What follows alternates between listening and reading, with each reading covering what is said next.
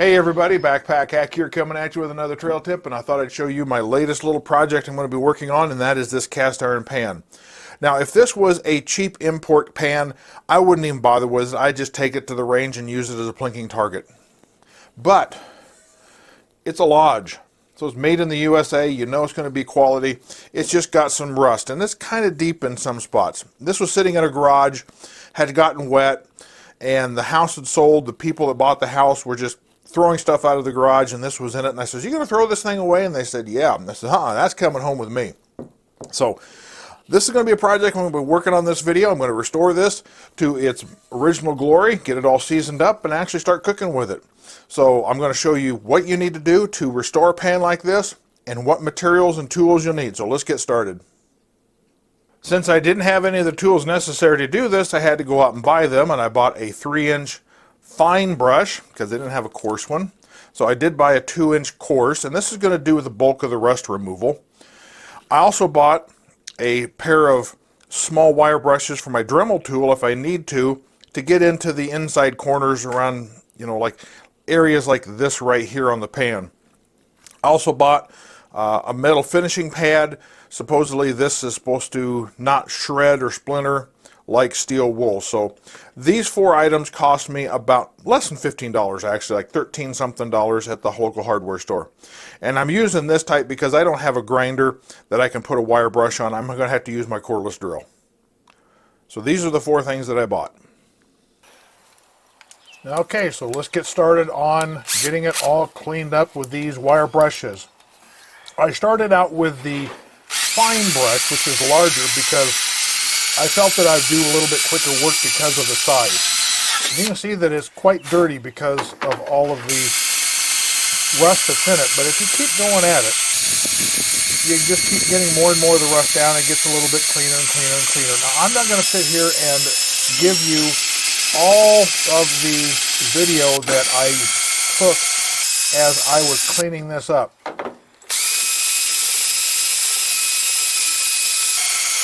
It is a labor-intensive process. You have to grind and grind and grind.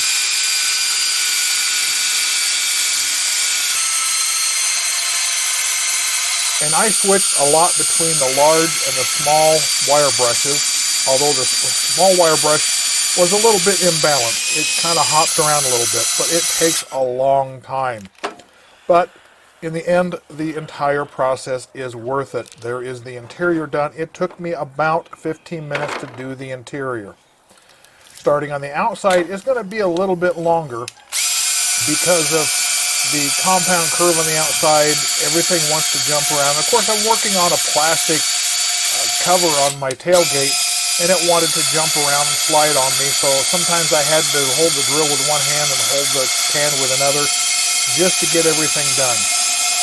But it is a very tedious process. I jump back and forth, like I say, between the 2 brushes, back and forth, just working around.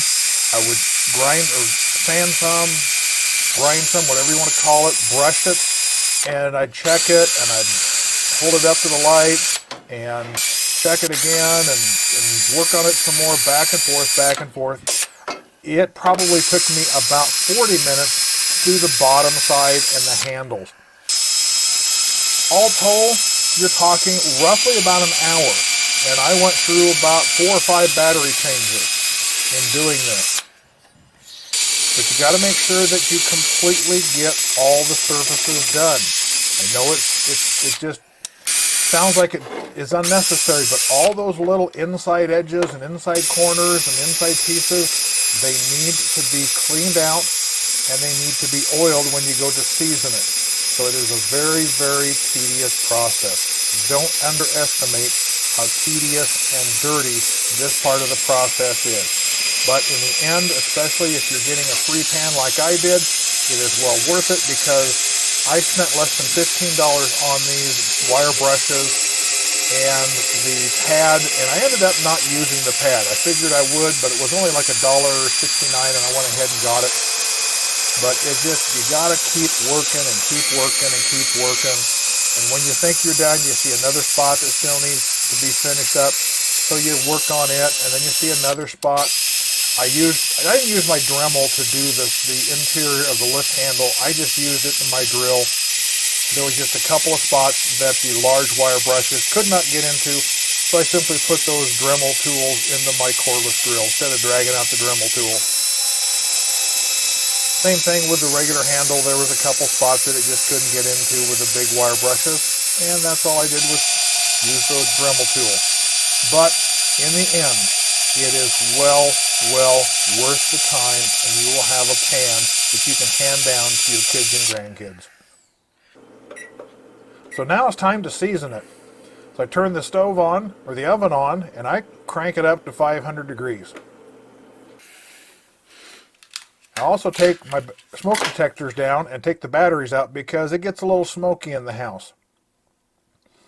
A little bit of vegetable oil and a rag, and I start smearing it around. And you want to make sure you get every square inch, every piece of the surface covered. Not just the inside of the pan, but the outside of the pan, the edges of the pan, the handles of the pan, all the inside surfaces, all these little nooks and crannies need to be oiled in order to properly season the pan. Again, it's like brushing it out and getting all the rust off. It's very tedious. You got to get down into that little groove there on the bottom side.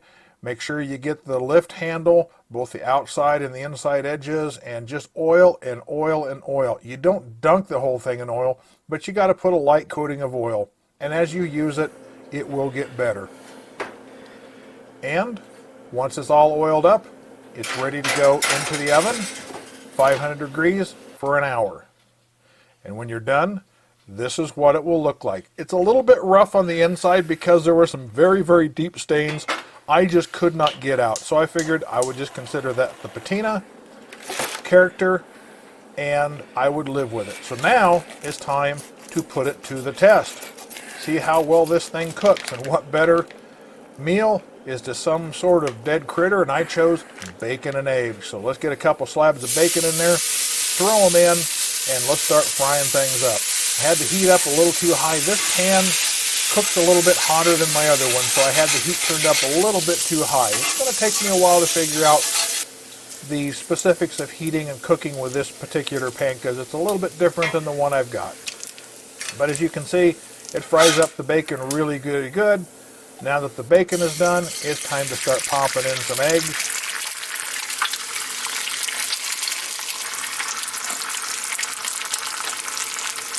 And once the eggs are done, we pick them up, put them on the plate, and it is time to enjoy the first meal from this pan.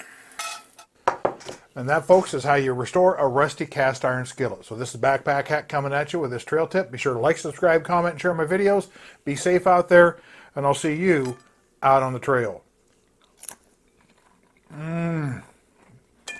That's good.